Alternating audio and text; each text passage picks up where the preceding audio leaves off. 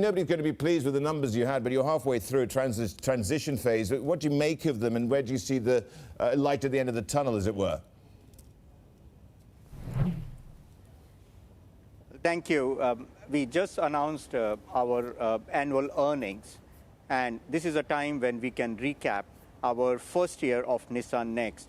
Our Nissan Next is based on 3 pillars: rationalization, where we reduced our fixed costs by more than 350 billion. The second is the quality of sales, which is prioritization and focus in the core markets. And the third one is the investment in the future products and the technologies.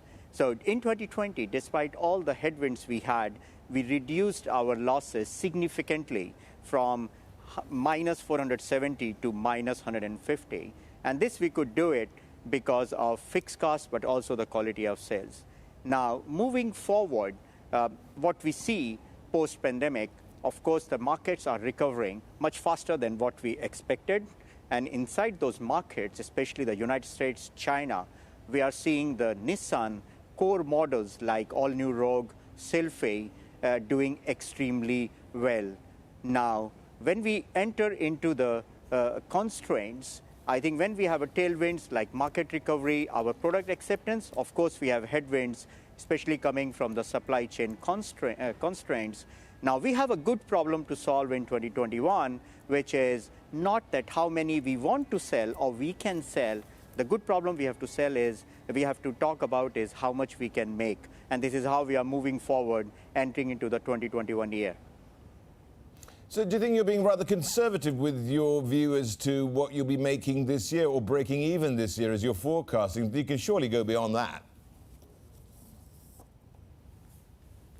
Yeah, I think what is very important is to have the best estimate about how will be the full year. I think gone are the days when we used to make a full year business plan because we had certainties, or at least we had the predictable scenarios. Now, the situation, the markets are so volatile that we need to update our business plan based on regular basis. So what we announced is the flat profit, considering the growth which we are expecting, but also the constraints which we have. And when we come back from the quarter one in July with our quarter one announcements, of course, we will be updating our forecast depending on the latest situation. In parallel, what we are doing is significantly shifting our focus towards the electrification. As I said before, Nissan, the third pillar of the Nissan Next is to invest for the future. And Nissan, being the pioneer in the electrification, has driven down the 10 years electrification roadmap country by country. And we are moving forward in investments in the electric powertrain, and also the batteries around the world. Well, you know, of course, this is all part of this turnaround plan. This is Next, you're alluding to as well. But all of this could be thrown by the wayside, couldn't it, if this chip shortage continues? How's that hurting your business, and how do you perceive it hurting it in the future, and when will it be resolved? I think the chip shortage, this is a short-term adjustment between the supply and the demand. I think in midterm, this is not going to happen. And obviously, you know, in last quarter, we already saw the improvement in the shortages of the chip. We had an unfortunate event with one of the semiconductor supplier in the quarter one in 2021. But I think month by month, it is going to improve. So I think we need to see at a much bigger picture of our performance growth plan. Of course, in chip is in the short term, and I think we all will overcome this shortage.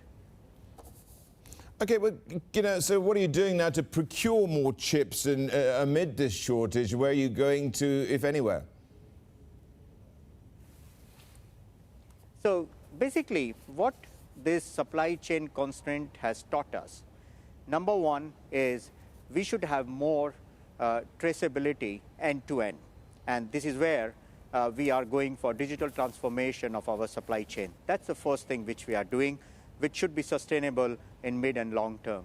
The second thing is we have to accept the fact that automotive industry, when it comes to the tier N is not only dependent on the automotive, which means the tier N is also dependent on a bigger stake in the non-automotive.